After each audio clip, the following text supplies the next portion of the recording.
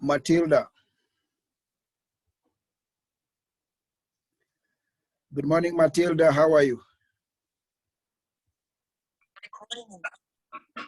Great. Let's kick off because it's already 7:05, and we start with a word of prayer. Father, in the name of Jesus, we are so grateful for another opportunity and a chance to be of value to your people. Thank you, Jesus, for even the dear ones who are logged on. Dear Father, they are at a point and a crossroad in their life that they require a fresh understanding of where they want to go, especially into business, a fresh understanding of their career, a fresh understanding of their entrepreneurship skills. May this make a difference in their lives, dear Father. May this be an opportunity to overhaul their strategy, focus, and vision. And may you speak to them. Speak to me as you speak to them. In Jesus' name, we do pray and believe. Great. It's good to have you here on board. I remember that this particular masterclass is not just theory. We want to come here, learn, and action. Action, action, action.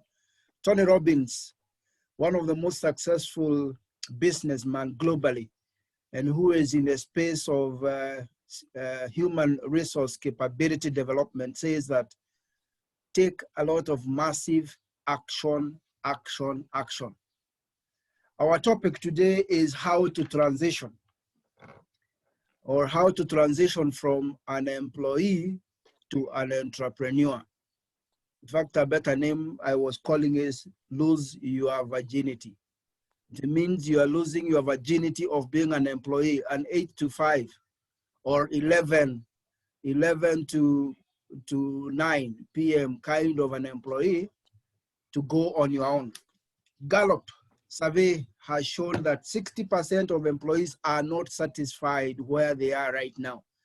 And they feel that their potential and capability is not being utilized, and they would wish to go and explore themselves. Who is an entrepreneur? An entrepreneur, very simple explanation and definition, is somebody who assumes the risk. And we also say that ingrained in life is the risk. So an entrepreneur is somebody who creates a new idea, a new business, a new service, and they go and implement it. Now, how should you prepare yourself mentally before you take the plunge? Number one is that you must have time to think before you quit. Now, people don't have thinking time.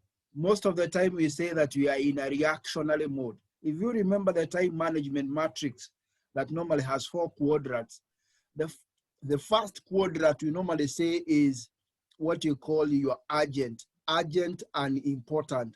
Things that are, at your face. Like today you may have a report that you require to put across. Today you have a call coming from your boss. Those are urgent and important. But there are things in life that are not urgent, now on quadrant 2 in time management matrix, but they are very, very important. And this is where personal business comes in. Issues about personal development, issues around relationships, issues around personal development, and even issues around your physical, taking care of yourself. They come on quadrant 2. They are normally not urgent, but they are very, very important. Not urgent, but they are very important. So today, and before you quit, take time to think. And thinking is also a quadrant 2 activity. Remember, I was listening to one of the people who encouraged me a lot in business, and he was saying, take a lot of time to think. Take an hour to think, because thinking is hard business, but when you think, you are able to come up with ideas. So before you quit, think. Number 2, be prepared with some nest, some savings. Sometimes we are caught without it. I don't want to assume that we have it, but sometimes by the time we leave, we don't have it. But if you can, you are told put like about 6 months to 1 year, so that if anything happened to your business, you have something to sustain you. Number 3 important thing that you must consider before you quit is that you are going now to become a jack of all trades. When you open a company, mostly, let's say, for example, you have opened even a cereal store. Let's not even go very high, cereal store. So number one, you'll find you'll be the purchasing manager. You are the one who is going to be buying. Number two, you are the marketing manager. You are the one who is telling people, you know, within your WhatsApp group, within the groups that probably belong to, the family groups, the church groups, the mosque groups, you are telling them, you know, now I have I'm having buni grains in Kawangware.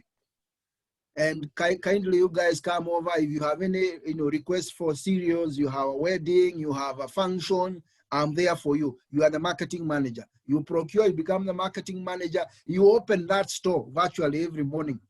So you must learn to become a jack. You are the guy who keeps in the accounts. How much did I sell every day? What were my expenses? So you are the one doing the bookkeeping. However simple it is, you have to become and you are the overall visionary, that you are thinking, yes, this is it working. After 1 year, 2 years, where do I go? So critically, what I'm saying is that you must learn to become a jack. Maybe right now you are a HR practitioner. Right now, probably you are an accountant. Right now, probably you are in procurement. Right now, probably you are in marketing. But the moment you open a business, that's why you need to change, to reconfigure your DNA in the mind, in the brain, that now I'm going to become a jack. Everything goes. You can do anything within that company. Even cleaning in the floor in the morning when you come, you are the one who is mopping. So that even tomorrow when you employ another cleaner, you know how to do it. You can tell them this floor is not clean because you have done it. You are the one almost becoming security. You know, you have to check around. You know, you look at, maybe you see some funny people who later on in the evening before you come, they come for your cash. So you also become a security. Your aunt and I are out. So that is something you must widen your mind. The fourth thing that you must do before you quit or as you are transitioning is what we say, prepare for stress. This is no longer an 8 to 5 job. Sometimes you have too much month remaining after the little money that you have earned, or you have too little money and too much month remaining after the end of the month, or sometimes you even don't have the end of the month. It could be 30th. You have not. I listen to business people. There is a supermarket that about 2 months ago, supermarket, it's not even a supermarket, a supermarket, just a room with shelves and products, and you can do your convenience shopping. And as we were helping open that supermarket for someone, they told us there are days they go without a sale the whole day, just around 5 when people are coming to work. Between 5 and 8 p.m. at night, they are as busy as a bee. The whole day there was nothing going on. Maybe somebody came in and bought a matchbox of 10 bob.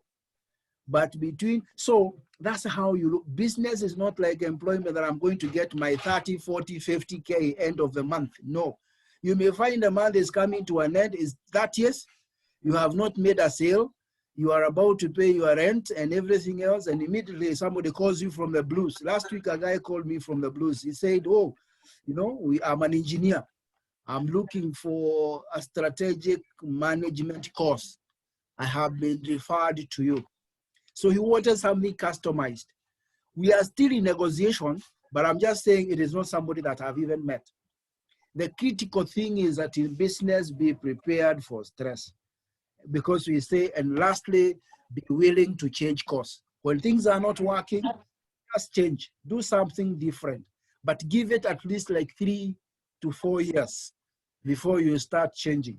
Now, there are 90% of entrepreneurs, we say that they start as employees. In fact, majority of the people, when you are employed, you have what you call in Kenya, side hustle.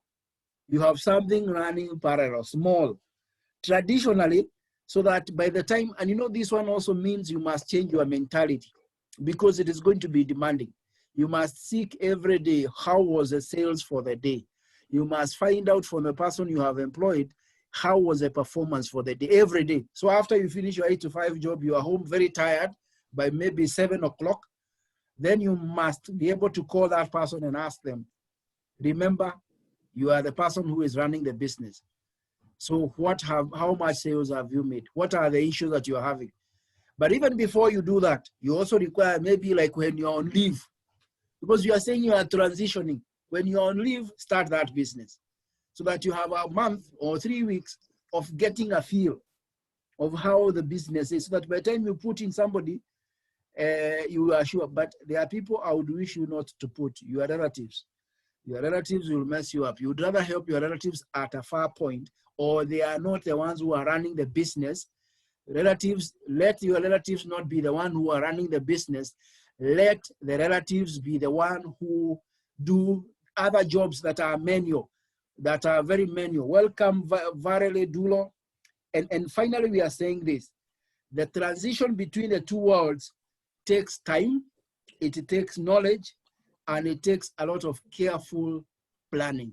A lot of careful planning, because you are not sure. And in fact, we say it also takes grit. It takes grit. It takes the ability to know that I have it within me. I must change. I must start changing the chemistry within me, that I have what it takes, and I can be able. Don't doubt yourself. In fact, you may need to take some time away from your normal group of people who are still in employment. Normal group of people who are still thinking employment. You may require to take some time away from them so that you are sure you know where you are going. Remember, year 1, year 2, year 3, there could be some challenges. And finally, you also need grace, God's grace. So what are the steps, practical steps, that you are going to take to transition from employee to employment? Number 1, determine what you like to do. There's something between what you like to do and what we call what the clients want. Find the intersection between what you like doing and what the clients want. And I know for a fact that majority of you are already working and you have an area you have trained in. For example, let's say I'm trained in accounts. If I'm trained in accounts, I can be able to go into accounting, consultancy. Let's say, for example, I want to start a bookshop, a bookstore. I may have some little bit of information. There's a lady who approached me and she wants to start like a reading. She's calling it a reading library. Yeah, even if as majority of us are online, she says she is near some colleges and universities and she has identified a mall where she is going to do it. But I told her, you're not going to set another library where we find rows and rows of books. No, you got to put maybe a kind of even like a meditation center, so that even when I'm reading, there are flowers, there are aquarium for fish. I can see some nature around me within the room or 2 rooms or 3 rooms that I'm reading, so that it is also a moment for me to be able to unwind. I'm not only reading, gaining knowledge, but I'm also unwinding. So what I'm saying here is that the first step to transition from being an employee to an entrepreneur is that you must understand what are your areas that you are passionate or trained in, and the intersection between those areas and what clients want. So you may need number 2 important thing, and if you require concept development here, we can help you. We can help you even if probably you want to pitch, like what you call a concept, or maybe you want an elevator pitch, or you want to do like a pitch deck for your business, that business idea. We are there to help you. Number 2 thing that you are going to be very important is to survey your customers. Know who are your customers. Approach few people that you think can be ideal clients. Ask them about their biggest needs, their fears, and their aspiration. I know a lady who wants to start a tour company. Even as tourism is so low right now, she has lived in Germany. She has also traveled to other countries. So she has some networks out there. So you see, your networks are your net worth. Those areas that you are working, look at the place. When I used to work in one company, I also was noting the clients that we handle. And we are not saying that you become like, you are becoming unethical. No. If you leave that company, it is not unethical if those people tell you, can you supply 1, 2? You only start from the known to the unknown. So that client base you have, that is your known, because that's what you have been working on. That can help you transition. Number 3, important, and I want to tell you, and I've shared this before, my first client, I just left employment in government. I was out. I had set a business name. It's not even a limited company. It was a business name that I registered with about 800 shillings then. Now registering a business name is only 150 shillings and you do it on eCitizen. So I was invited by the British Leadership Council Forum. There used to be a British Leadership Council Forum. We used to have every 2 months, we used to have meetings at the Stanley. And we invite industry figures to come and talk to us because it was leadership and even government senior. I remember one time we invited the former Ringera, one of the former judges in Kenya, and many other people, Titus Naikun, the former CEO of KQ, you are Dr. Kim Ngetich. We used to invite these guys, Dr. Mwangi of Equity. So that particular night, I was given the role of inviting the speaker of the day. We used to call that role the role of an MC. So my work was to invite the speaker of the day, introduce their, the way you read their bio, their CV, and then you tell them to speak. And then after they have spoken for about 40 minutes, then you give, you moderate a Q&A, 3 or 4 questions. The gentleman I was introduced used to work for the UN. His name was, I think, Dr. Jogona. He was a strategy advisor for the UN. So I introduced him. I cannot even recall what he told us for 40 minutes. But then I did the Q&A. And when I was doing the Q&A, I introduced myself as a business consultant. After that, as we were having a cocktail, because the idea used to be, once the talk has been done, then you have a cocktail where, we interact and we exchange cards. And, I was approached by one gentleman who was Asian with a balding head, short. And he had a young guy along with him who was also an Asian, who was probably about 27, 28 years, the young guy. He was in his late 50s. That was about 2008. And he told me, I heard you say you are a business consultant. We have a problem in the company I'm working for. We have managers that are having difficulties in supervising, and majority of them are foreigners. Would you mind to come and talk to our people on the issues of how to lead and manage local Kenyan content? That was my first client. Later on, I'll come and tell you how we did the whole thing. The second client, I was in class. I was doing some part-time, teaching at the Kenya Institute of Management. So day class, you do your thing. I was, marketing, strategy, and organization behavior. Then I got a call after leaving class around 11.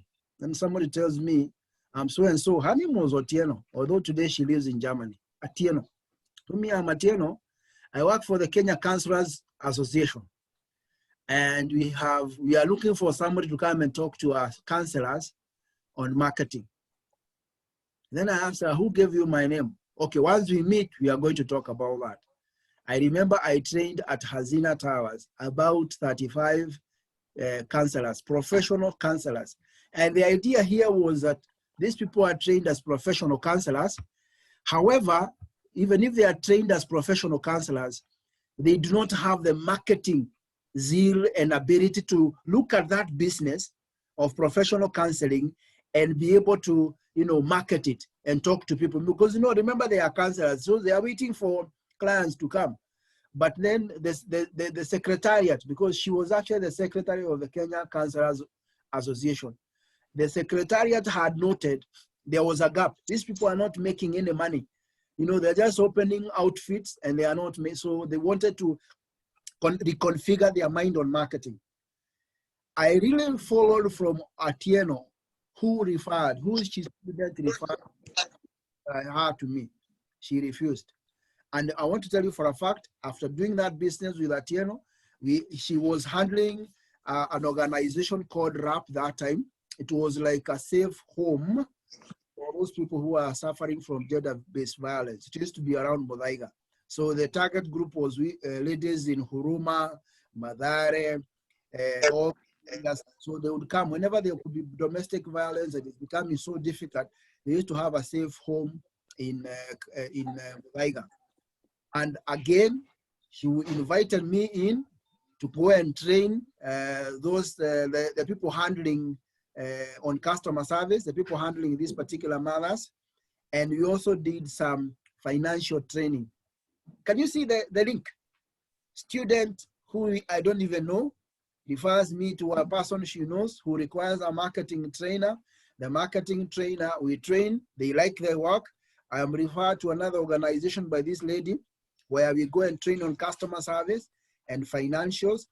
And finally, I remember I did a midterm review report for that company because they were getting money from some Danish donors and they wanted to know how their money is being done. So there's what you call the midterm review of a project. I remember I did. The first job I was paid 5K for training the counselors for marketing for only 1 hour. The second one of training the employees of RAP, I think between 20 and 30K for 2 days. The one for designing the midterm report, it was 8K. So that's how business progresses. You start small, it continue growing, and the word of mouth. So the fifth thing I would wish to speak about in terms of how to transition is start small. That side hustle that you are currently doing, pray for it. Continue doing it even when you are working. We have said 80%. Between 80 and 90% of the people start when they are working to become entrepreneurs because we don't want just to take a dip. And finally, the other thing that you must consider as you transition is to assess feedback. Always assess feedback and adjust. Anytime a client, for example, let's say you have that grain cereals store, they tell you, go and look for kamande. Even if you are going to put 2 gorogoros, put it 2 gorogoros. Because you are responding to feedback. Maybe that is a need which is there in the market.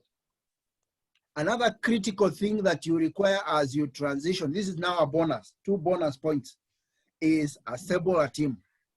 Now, when you are starting, you don't even have the finances. Sometimes you don't even have the clients, by the way, because you can invest in a very huge office, hakuna client. So what you need that time is maybe a team that you cannot pay, but you consult. It could be like somebody who you look up to, like a mentor.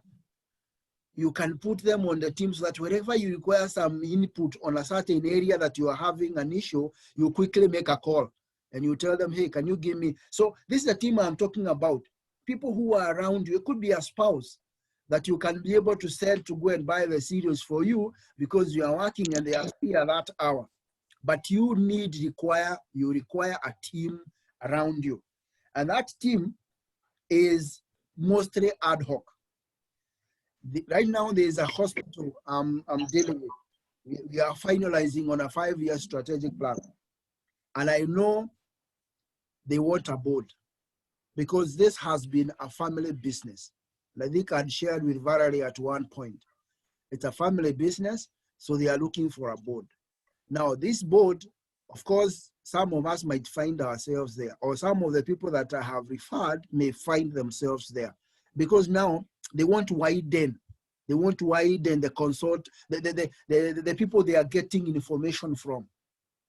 Good. And finally, a bonus point on how to transition is to register that company.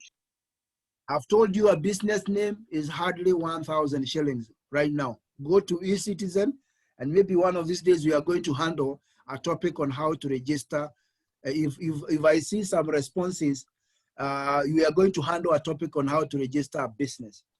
But I'm saying this, that it can either be a business name, it can be a limited company. A limited company right now in Kenya, it's about good morning, Varily, all the best. Business name is about 10K. With 10K, Then maybe the lawyer, because you want to have articles of association, you want to have a memorandum of understanding, then the lawyer may be charging you between 5,000 or depending to 10,000. So with the 20K, 15, 20K, you have a limited company. It could be a partnership that you want to get into a partnership with somebody else. But I would advise either a business name or a limited company. And in this country today, you can be able to register a limited company alone. Previously, you must have had minimum another one person so that you are two directors. Today, you can register a business limited company alone. And again, if this is an area of you require some advice, we are there. We can even help you to develop a business plan for the first 1 year, 2 year, because that's something we do. Finally, we are saying before you leave the job, don't burn your bridges. Don't walk away telling your boss, wewe utaniona, look at me 5 years from now. Utanitafuta unikose, nitakuwa huko juu. Kinaendanga kinaumana huko nje. It can go and become, things can become elephant. Mambo hujanja, the way Atuali says. So don't burn the bridges, because I have noted also some of my former companies, like a company I worked for Hako Industries. 2 years ago, we went back to pitch for a training, a sales capability product. Now, imagine I had burnt my bridges, because I found a guy who is now the HR manager was actually a payroll accountant that time. He actually was one who cleared me the day I was leaving the company. And they're in the final dues, your gratuity, everything. Imagine I had spoken to him, telling him, "Nyi mutaniona." 10 years down the line or 15 years down the line, I'm back in the same company. He was seated across. We were negotiating. Of course, we didn't go through because the person who was handling the account in between died. She was a sales marketing manager. She passed on. I think she had a road accident. And then, of course, there was some shift in the business. They kicked out the South Africans. And they because of that, they have been going some, before they stabilized, the French came back in, and in between, I think management changed focus.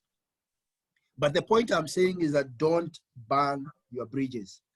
Now, 3 things you need as an entrepreneur. You are now an entrepreneur. Number 1, innovate, innovate, innovate. Continue innovating, continue looking out, talking to the people around you, getting ideas, trying. Business is experiment. I know for a fact, a good friend of mine, who I know some of you know, which I don't want to mention, he is a trained accountant. He was in retirement benefit kind of for many, actuarial kind of many years, who is a good friend of mine.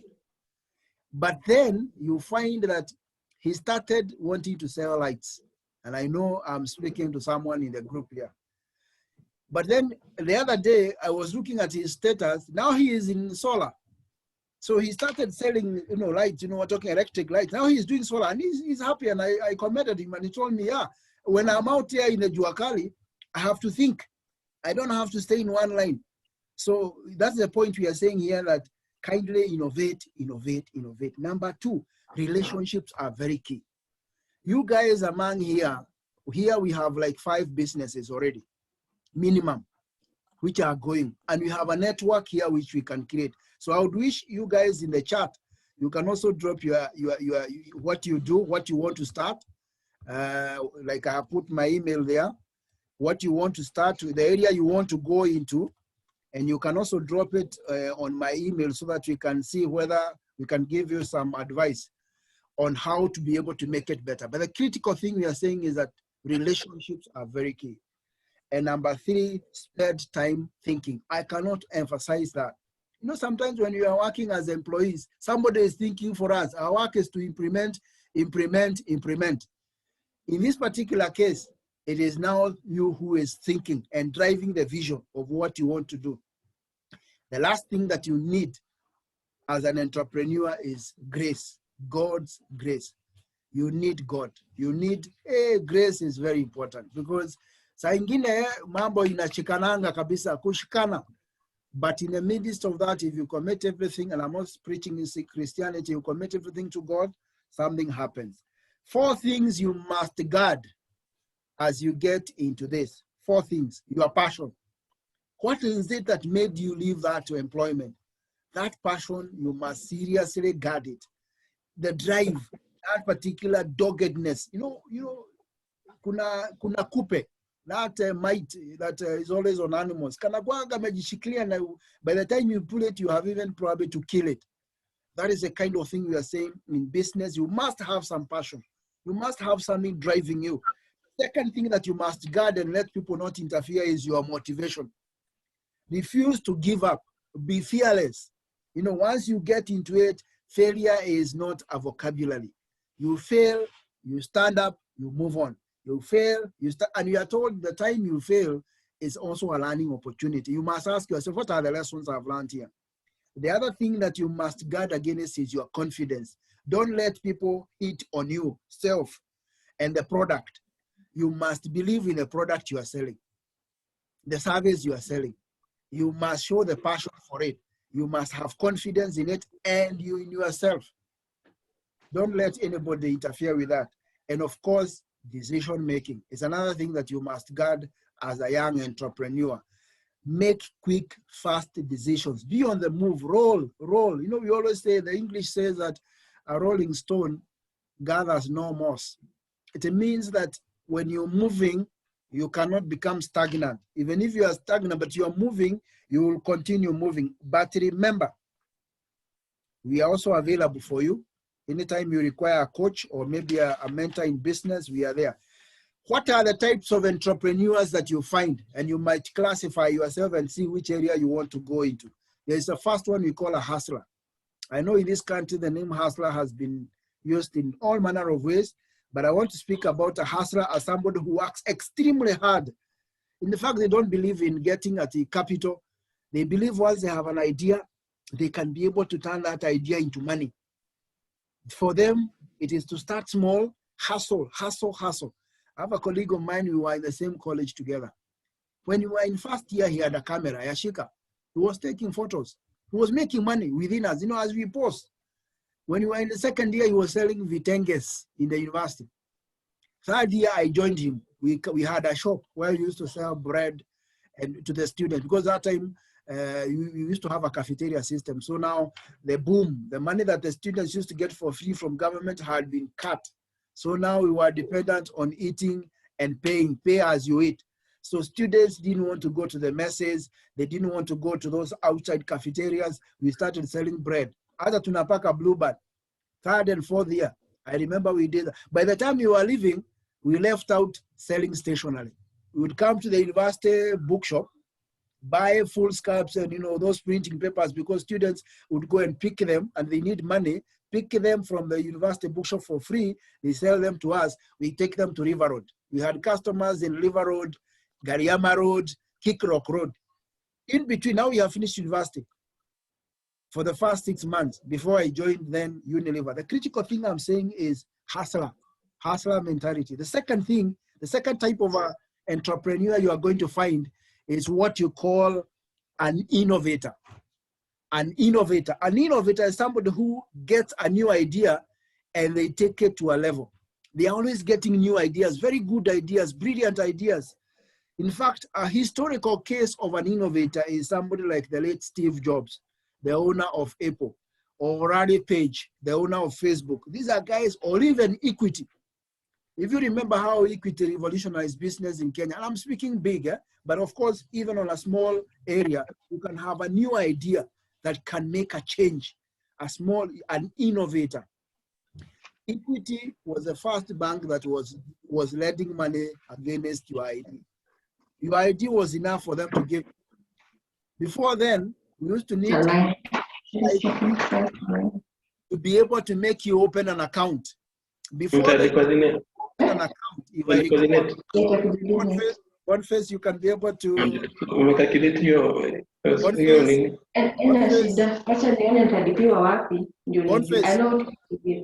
you can be able to mute.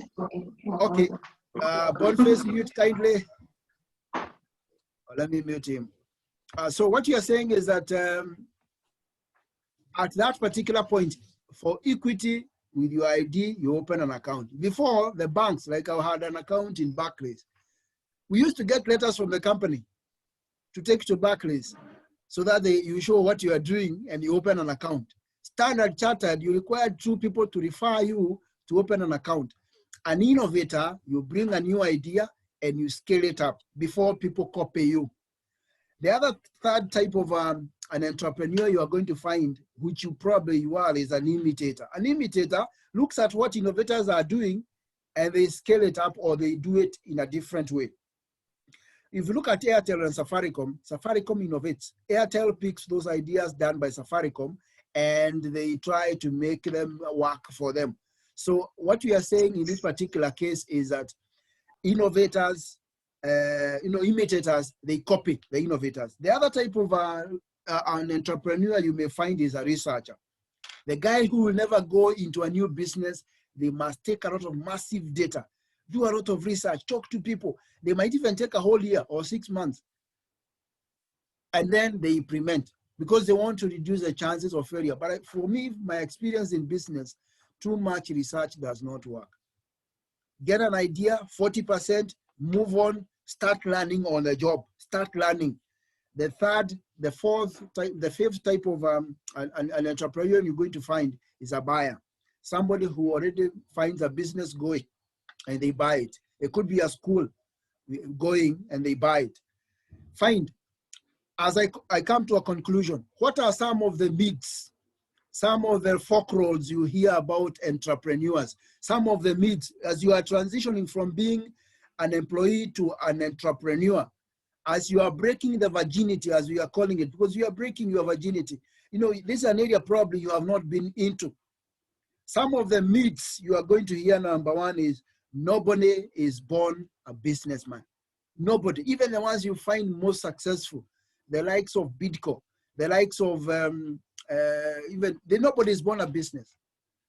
You go in, you try it your own way, you start learning on the job. Every day is a learning opportunity. So I want to assure you, don't stop getting into a business because you feel you are not able, or your family, you are not business. No one is born a businessman or a businesswoman. The second myth that I want to disabuse you is you require a good idea. Not necessarily. There is a lot of planning that goes into it. Yes, you have an idea, but you require planning. You require also some leadership. You have said you require innovation. Innovate. Once you have the idea alone cannot help you.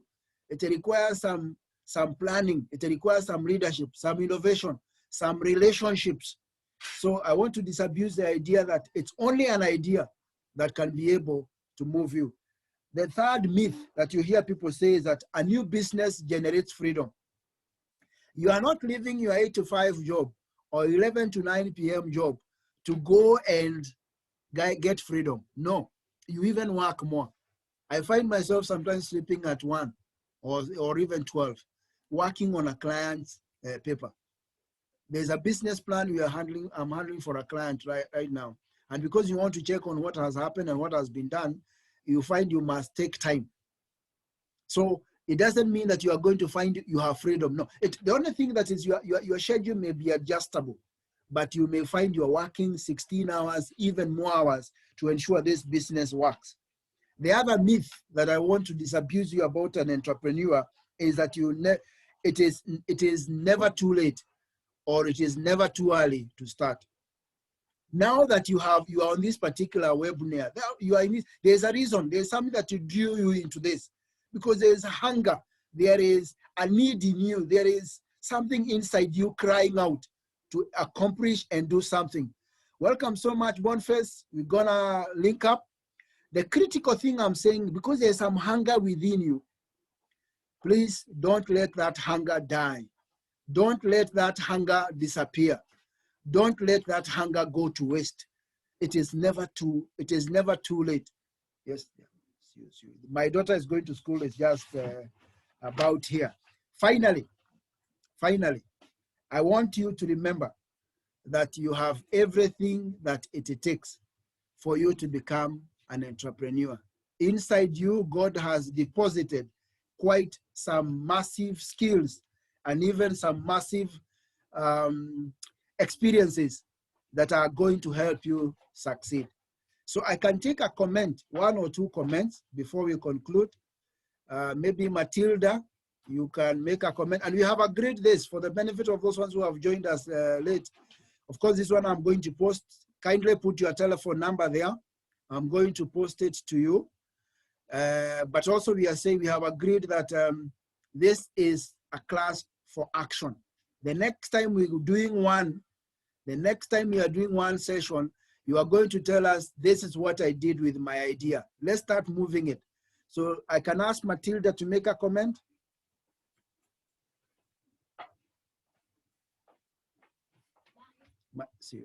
Matilda.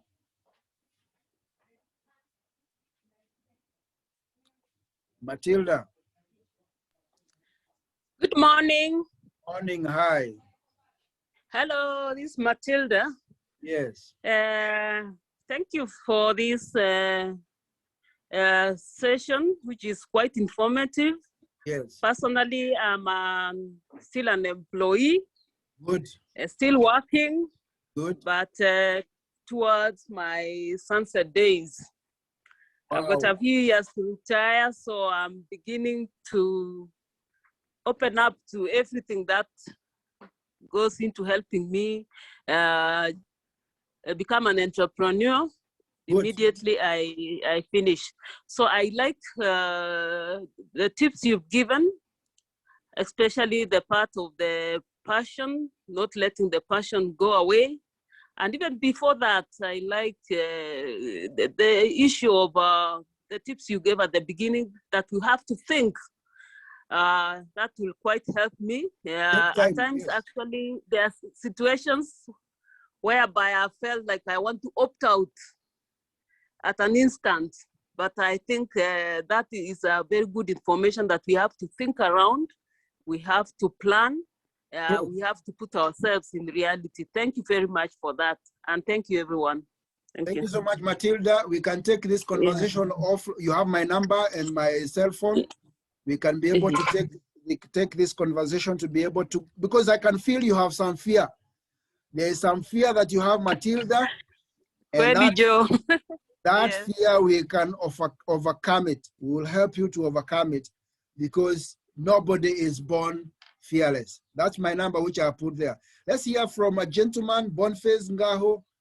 May you say something? Good morning, everyone. Morning, Boniface. Yes.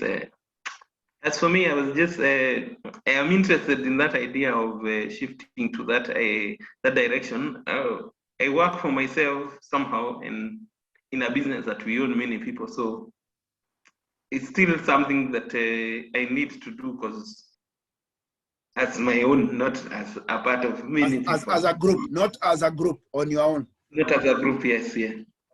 So that's why I'm interested in the subject here. Good, fine. We will also take that conversation offline, so that we can see, and I'll put my number there, so that we can see which areas we can be able to help you. Because, you know, when you work in a group, there are limitations, of course. But I'm saying you shouldn't don't kill the group, because I'm sure there are valuable things that you have gotten from the group. But then even when you are working alone, there is some independence, because now you can bring people at your own terms. I saw, we'll take that conversation, and I'm sure we can help each other. I saw Patricia. Okay, thank you.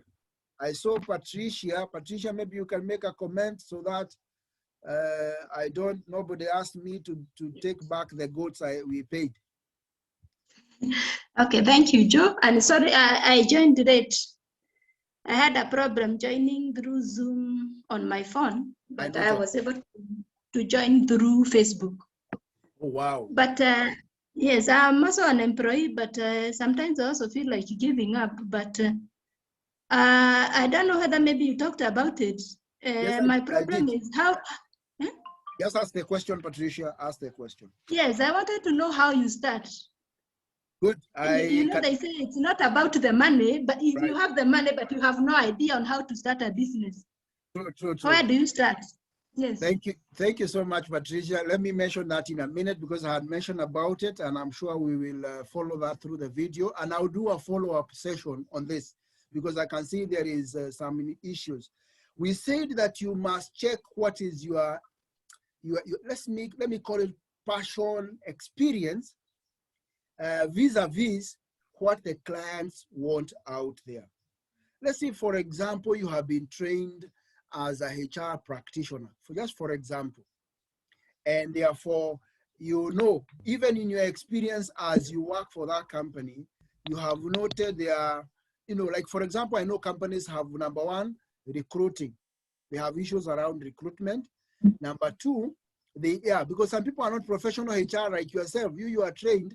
Somebody is an accountant, but they have a company they are running. They don't know how to. So you must check what is your passion, or let's say your experience, working experience, vis-a-vis what the market wants. But again, I want to disabuse ourselves from that and say, you can even, like I know a gentleman who wants to start a serious shop in Kawangware. He is a policeman. He is trained as a policeman. I think he's posted somewhere in Rift Valley, but the wife lives around there. So he wants to start. So you see, the issue is to overcome the initial fear that, you know, I have been an employee, but then can I be able to survive on my own? Can I be able to do something on my own? And I give an experience of my first client. I had left government in 2008. I was out of work. I was not ready for it. Then I'm invited in a British Leadership Council forum in the evening. I used to be a member of the British Leadership Council forum. Used to meet 3 times in a year at Stanley. And we would invite industry figures to come and talk to us on leadership. Remember, it's a leadership forum. So this particular day, I was told I'm going to be the MC of it because I knew the organizers. We had become friends as a member. You know, again, when you go in those forums, don't keep quiet. Let people know you. So you had become friends. They told me, oh, this day you are going to be our MC. MCing was just introducing the speaker of the day. You give the bio of the speaker of the day. Remember, I left the work in April, where I was working. Now it is August. Sijaona pesa kwa account. Hakuna kitu imeingia. I'm getting a little bit worried and anxious. So I say, this guy is called so he was a strategy advisor for the UN. He was coming to speak to us something about environment. Then I finish introducing him. He speaks for about 1 hour. Then there is a Q&A. As an MC, you are the one who moderates a Q&A at the end for about 4 questions. During the Q&A, before I finished, I said, my name is Joe Nyutu. I'm a business consultant. Then we closed. We always to give them a gift. The one who has come, we give them a gift. That was done by the management of the leadership forum. And then we go into a cocktail. During the cocktail, I was approached by 2 Asians. One of them was an old Asian man, balding, and a young man, 28-ish. They told me, we had to introduce yourself as a business consultant. We have a company somewhere, we do EPZ, and we have difficulties with our employees because we are bringing a lot of foreign managers from China, from India, Sri Lanka. They do not seem to understand the local people. So there's a lot of fighting. Come and talk to our managers. That was my first client. I told them, fine, fight for me a venue. They said, no, you are the one who is going to get a venue. Tell us how much it's going to cost. So when there is a need in the market, people will pay. That job, I got a check of 20K only. Then I brought in somebody, because they also wanted somebody to speak to them on motivational speaker. I brought a good friend of mine, Eric Humani. He said he doesn't want the money, write the check to his foundation called Palm House Foundation. So we wrote for him a check of about, I think it was 15 or 20K again to his foundation. You see, opportunities can be anywhere. The critical thing is just to have an open mind and, think through, take time to think. The way we go in for a retreat to pray, I would also wish to tell you, take a retreat for 1 or 2 days or 3 days, quietly alone. Even if you are in the house on leave, think about the area you want to go, because God also provides. Time is out. I want to ask Nelly Nganga to pray for us so that we can close. Nelly Wanganga, you can pray for us? We'll pick this conversation. Yes. Please do. Yes. Okay. And I'm grateful. Sorry, I came late, but the little I've had is very, very beneficial. I'm Nelly. I work as the human resource manager with a company called Adam Smith International. Wow. Yeah, but thank you for the opportunity. Have you posted your email on the chat so that we can be able to follow up? My number is there, Nelly. I'll post shortly. So close for us with a word of prayer. Awesome. Father, in the mighty name of Jesus Christ, we worship and honor you because you are God, everlasting, mighty King. We thank you for such a great day that you've given us, Abba Father, even for the opportunity, Jehovah, to listen to our speaker. What a